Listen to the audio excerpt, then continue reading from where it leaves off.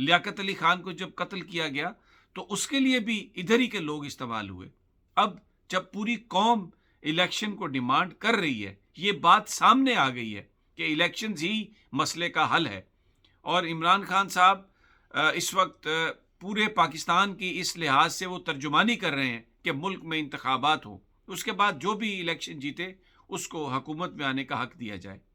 میرا سوال ارباب اختیار سے یہ ہے کہ کیوں وہ چاہتے ہیں کہ روزانہ کی بنیاد پر 20 تاریخ تک جلسے ہوتے رہیں، پھر اس کے بعد ایک لانگ مارچ ہو، پھر لوگ پورے ملک میں سسٹم کو پیرالائز کریں، تو پھر اس کے بعد انتخابات کی تاریخ کا اعلان ہو۔ اگر اس بیچ میں خدا نہ خواستہ کسی دشمن نے ہمارے کسی شخص کو، ہمارے لوگوں کو استعمال کر کے کوئی کسی قسم کا حملہ کرنے کی کوشش کی، کوئی دھماکہ کرنے کی کوشش کی، اس میں کسی لیڈر کو نقصان پہنچ جاتا ہے، تو ذمہ دار کون ہوگا؟ ذمہ دار ارباب اختیار ہوں گے۔ یہ جو گورنمنٹ ہے یہ تو سٹوجز ہیں، یہ تو پپٹس ہیں۔ رانا ثناء اللہ ہو، شہباز شریف ہو، حمزہ نواز ہو، ان کی کوئی اوقات نہیں، ان کی کوئی حیثیت نہیں۔ اب تو جلسوں میں مریم نواز کی اوقات بھی کھل کے سامنے آ گئی۔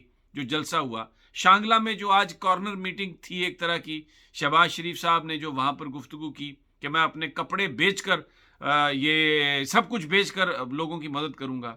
کیا وہ کہنا چاہ رہے ہیں کہ سب کچھ بیچ کر پیسے لے کر پھر میں ملک سے باہر بھاگ جاؤں گا، پھر ہم وہاں پر جا کے اپنی جائیدادیں بنائیں گے؟ میرا سوال یہ ہے کہ اس وقت جب قوم کا مطالبہ سامنے آ گیا تو جو لیڈران ہیں ان کے ساتھ ارباب اختیار اگر انہوں نے اپنی غلطیاں کریکٹ کرنی ہیں تو وہ کیوں نہیں ان کے ساتھ گفتگو کرتے؟ ان مظاہروں کی، ان جلسوں کی کیا ضرورت ہے؟ لیڈرشپ کو ایکسپوز کیوں کرتے ہیں؟ کیا موقع فراہم کر رہے ہیں کہ کہیں پر کوئی اس قسم کا واقعہ، حادثہ ہو جائے؟ میں انتہائی یہ بڑے ادب سے یہ میں بات عرض کرتا ہوں، خدا نہ خواستہ اس وقت جو لیڈرشپ ہے پاکستان کی وہ عمران خان ہے۔ لیڈرشپ جو میجورٹی لیڈرشپ ہے وہ عمران خان ہے، اور وہ جلسوں میں آ رہا ہے، سیکورٹی کے بغیر آ رہا ہے۔ اس کو اس کے دوستوں نے کہا کہ یہ خطرہ ہے، تو اس کا جواب تھا کہ میرا اللہ میرا محافظ ہے، جو رات مجھے قبر میں آنی ہے میں اس کو روک نہیں سکتا۔ وہ نکلتا ہے، روزانہ آتا ہے، عوام میں ہوتا ہے، لیکن خدا نہ خواستہ اگر کچھ ہوا تو اس کی ذمہ داری پھر جن لوگوں پر ہوگی، ارباب اختیار پر ہوگی، اور یہ ایک بہت بڑی کیٹاسٹرافک سچویشن پاکستان کے لیے بن سکتی ہے۔ ہوش کے ناخن آپ کیوں نہیں لے رہے؟ اگر آپ اپنی غلطیاں سدھارنا چاہتے ہیں اور پاکستان کے لوگوں کو حق دینا چاہتے ہیں انتخابات کا، تو پھر نیگوشیٹ کر کے ان جلسوں کی کیا ضرورت ہے؟ سینٹیمنٹ آف پبلک آپ جان چکے ہیں، لوگوں کی، آپ کے اپنے اندر جو پلس ہے وہ بھی 90% عمران خان کے مطالبے کی حمایت میں ہے۔ تو یہ سب کچھ کر کے آپ کیا حاصل کرنا چاہتے ہیں؟ کسی حادثے کی صورت میں خدا نہ خواستہ ذمہ داری وزیر اعظم پر یا وزیر اعلیٰ پر یا یہ جو وزیر داخلہ ان پر نہیں آئے گی، ان کی تو کوئی حیثیت اوقات نہیں ہے۔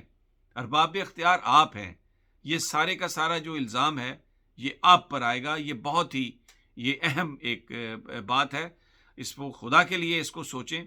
میری یہاں پر بیرون ملک ہر پاکستانی سے جس سے بھی بات ہوئی ہے وہ ایک ہی بات کر رہا ہے کہ جب سینٹیمنٹ آف نیشن پتہ چل گیا ہے تو کیوں مجبور کر رہے ہیں عمران کو روزانہ جلسہ کرنے کے لیے؟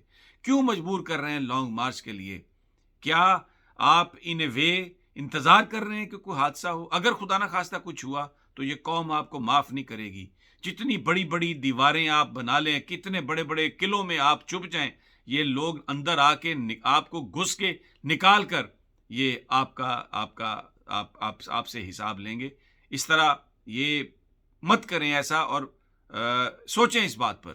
دوسری بڑی بات جو ہے وہ ارباب اختیار کے حوالے سے جو اس وقت علیم خان اور جہانگیر ترین کی، جو میں نے آپ سے پچھلے ویلاگ میں بھی بات کی تھی، چیلنج کر رہے ہیں عمران خان کو، اور وہ کہہ رہے ہیں جی کہ لینڈ جو ہے وہ ہم نے پہلے لے لی تھی، اور فیسیلیٹیٹر جو ہے وہ کون ہے؟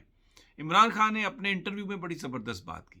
اس نے نہ صرف علیم خان صاحب کی بات کی، نہ صرف جہانگیر ترین کی بات کی، بلکہ انہوں نے ریاض ملک صاحب کی بھی بات کی، اور اس میں بہت واضح بات انہوں نے کہی کہ اگر ریاض ملک کو آپ بنا دیں تو وہ پورے صدر وزیر اعظم بنا دیں تو اس کا بزنس دیکھے کہاں جائے گا، گویا وہ پورے پاکستان کی زمینوں پر قبضہ کر لے گا. اور ہوا ایسا.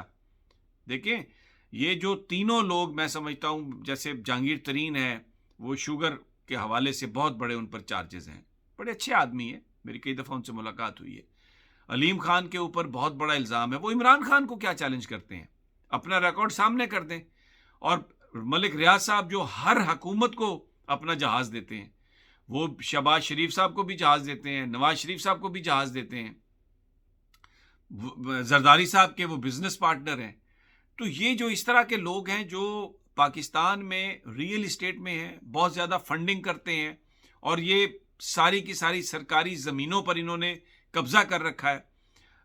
ذرا علیم خان صاحب کا لگائیں نا پچھلے 20 سال کے ذرا ٹیکس ریکارڈ لے لینا کہ یہ پیسے آئے کہاں سے ہیں، آپ کو پتہ چل جائے گا.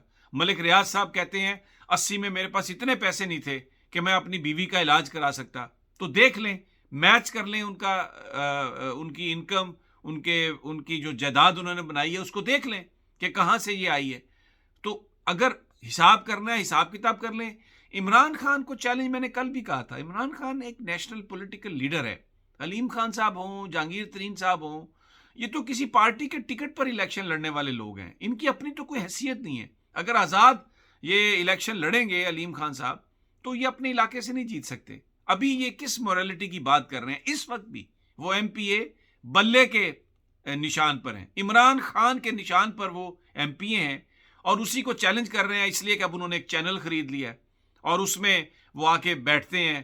بہت سارے صحافی شاید اس وجہ سے کہ پتہ نہیں انہوں نے کل کوئی نوکری کی ان کو خواہش ہو سکتی ہو یا سوچتے ہوں، وہ ان کی چیزوں کو ہائی لائٹ کرتے ہیں. تو یہ میڈیا کو استعمال کرنا، میڈیا خرید لینا، میڈیا بنا لینا اپنے غیر قانونی کاروبار کو بچانے کے لیے اور چیزوں کو اس طرح چیلنج کرنے کے لیے، اس کا یہ ہے وہ پاکستان کے اصل مسائل جو پاکستان میں کبھی بھی نہ کسی نظام کو پنپنے دیتے ہیں. اور یہ جو عمران خان نے بات کہی ہے، یہ جو بگ مافیاز ہیں جو ہر جگہ ہیں، اور یہ آپ کے سامنے ہے کس طریقے کی وہ بات کرتے ہیں، ایک ایکا ہے ان کا. تو جب تک اس چیز کو نہ توڑا جائے، اور یہ ایک ہی صورت میں توڑی جا سکتی ہے، انتخابات اور لوگ 2/3 اکثریت جس کو بھی دیں، جو پوری طرح جو وعدہ عوام سے کرے اس کی امپلیمنٹیشن کر سکے. ناظرین، یہ میری یہ گزارشات تھی. جلد انشاءاللہ اگلی ویڈیو میں آپ سے ملاقات ہوگی. اللہ نگہبان.